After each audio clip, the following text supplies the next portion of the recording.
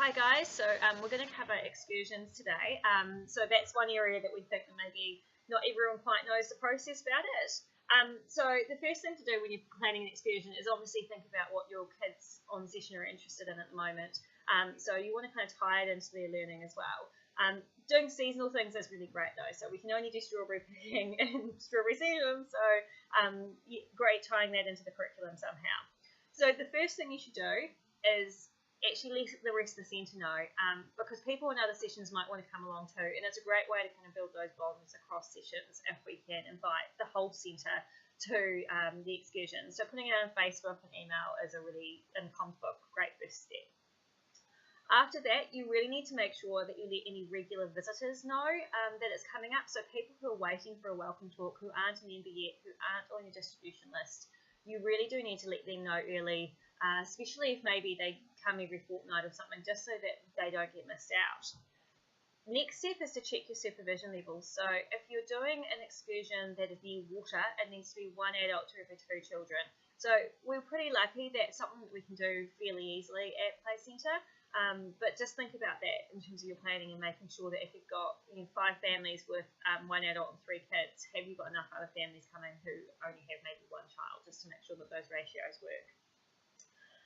The next step is you're going to want to get there's an outings folder, which is kept in our session folder, which you can grab, and that is going to have, it doesn't at the moment, but it will have a most updated version of our centre excursion policy. Now this is an old WeBopper policy, but it's still relevant, so that's going to be in there, and that's what you need to have a quick read through. So either the team leader can do this, or whoever is going to plan and lead the excursion. So some people do it for coursework, so it doesn't have to be the team leader, but someone needs to make sure it gets done. So when you're planning your excursion, decide who's going to make sure all the paperwork gets done. So part of that is going to be this outings procedure form. So on it, it has space to fill out everyone who's going to be attending, but it also has how you're going to be getting there. Now, one thing to know is that you need to do a safety check if you're driving in private vehicles there. Now, it seems on the face of it, it seems like a big deal, but it's looking to make sure that every car has a warrant of fitness and is registered, and also making sure that there is a child seat, an approved child seat for every child going in that car. You've got to remember, this is about keeping our children safe. If something would happen to any of our kids, going on an excursion, we need to make sure that we've at least tried to follow the correct procedure in doing it.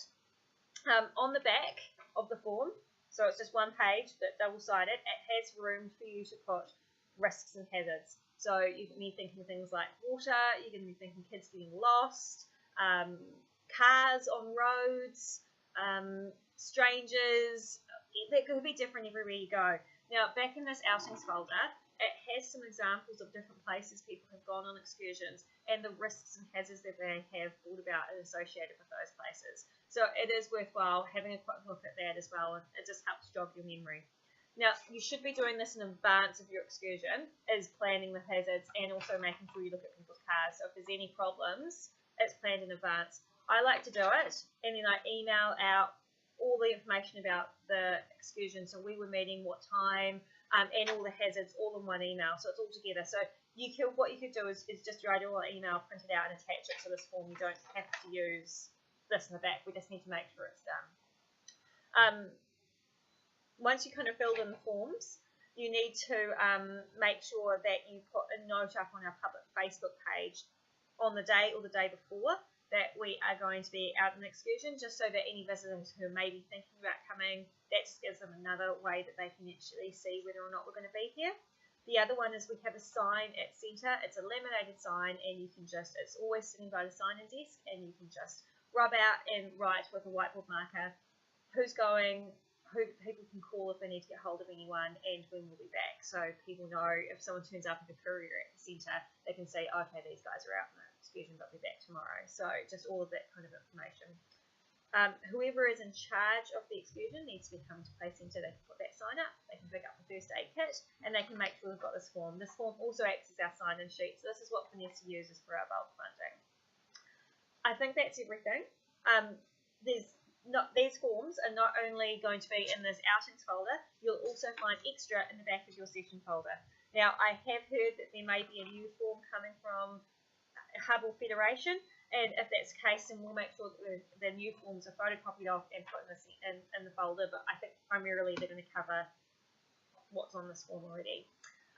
If you have any questions, feel free to drop me a line or ask one of our members who've been here for a while, and hopefully now we can make sure that everyone's filling out the right forms for excursions. Thanks guys.